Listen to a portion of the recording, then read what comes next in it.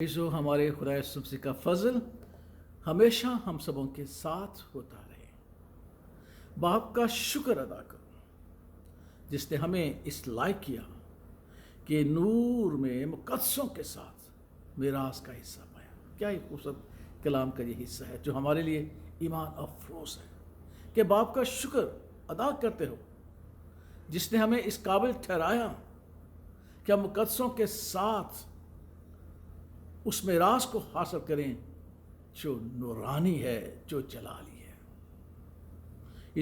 इससे मुराद है कि खुदा में ये मुकद्दसों की रहने की जगह है जहाँ मुकद्दसीन रहा करते हैं, वो जिन्हें खुदावन ने मुबारक ठहराया है और अपने जलाल में उन्हें शामिल किया है, जहाँ खुदा यीशु मसीह अब्दी नूर की हैसियत से चमकता है, जो हमें रूहानी तौर पर उसके जलाल का हिस्सादार बनाता है, जिसे हम खुदा बाप यानी खुदा कादर की रफ़ाकत में रहते हैं। यीशु मसीह ने कहा था, जहाँ मैं हूँगा वहाँ तुम होगे, और यीशु मसीह बाप की रफ़ाकत में रहते हैं।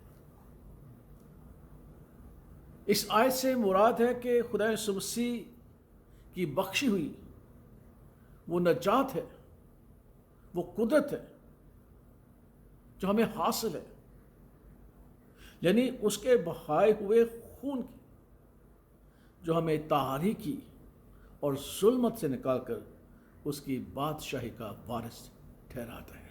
वो खून जो हमें खुदा की बादशाही, यीशु मसीह की बादशाही का वारिस ठहराता है, हमें मौत और उसकी तारीकी की जुल्मतों से निकाल कर आज़ाद करके हमें अपनी नूरानी जलाली बादशाही में वारिस ठहराते हैं।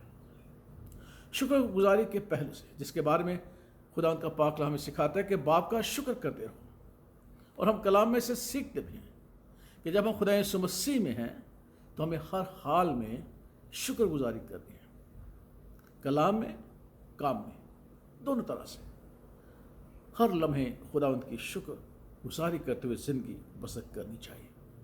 इसलिए खुदा उनकी शुक्र गुजारी करनी चाहिए क्योंकि खुदा वाहिद खुदा है, उसके सिवा और कोई खुदा नहीं, जिसके बारे में हमने गुज़रे दिनों में सीखा भी था,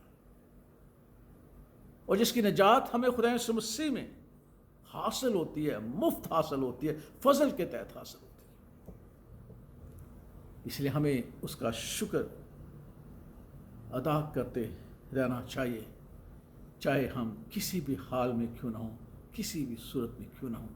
हमें खुदा बाप का शुक्र अदा करना है क्योंकि वही है जो हमें इस लायक ठहराता है, इस काबिल ठहराता है कि हम नूर में मुकद्दसों की रिफ़ाकत और शराकत में रहें।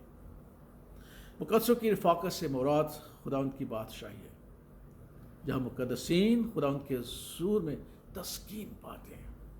कलाम में लिखा है कि वो सफ़ेद जामे पहने हुए बर्र और खुदा के तख्त के सामने उसकी हमदो सताइश करते तस्कीन पाते हैं, इत्मीनान पाते हैं।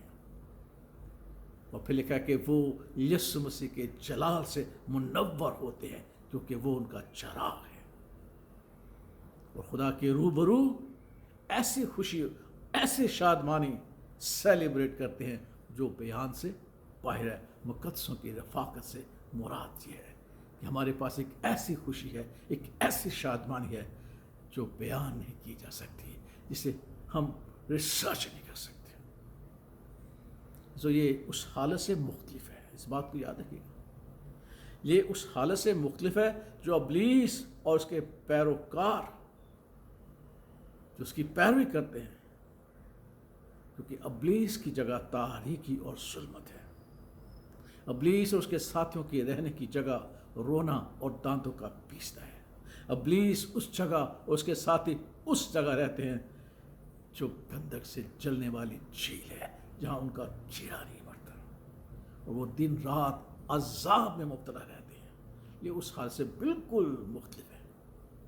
इसलिए जो ये खुदावंद की बख्शिश है जो खुदा यीशु मसीह के फजल से हमें हासिल होती है, इसे हासिल करें ताकि हमारी ज़िंदगी में ये इत्मीनान हो, ये तस्कीन हो कि हमारे आने वाली ज़िंदगी خداوند کی شراکت میں گزرے گی، ابلیس اور اس کے فرزندوں کے ساتھ نہیں گزرے گی۔ اسی ایمان پر ہم زندگی بسر کرتے ہیں، ورنہ مقدس پالس کہتا اگر یہ ایمان نہیں ہے تو آؤ کھائیں پئیں عیش منائیں، کیونکہ کل تو مر جانا ہے۔ ہمیں مرنا نہیں ہے، ہمیں زندہ رہنا ہے، کیونکہ خدا یسوع مسیح کا فضل ہمیں ہمیشہ کی زندگی کا وارث رہتے ہوئے مقدسوں کے ساتھ جلالی میراث کا حصہ دار بناتے ہیں۔ یہی ہماری زندگی کی فضیلت ہے۔ خدا باپ، خدا بیٹے اور خدا اس کے نام میں آمین۔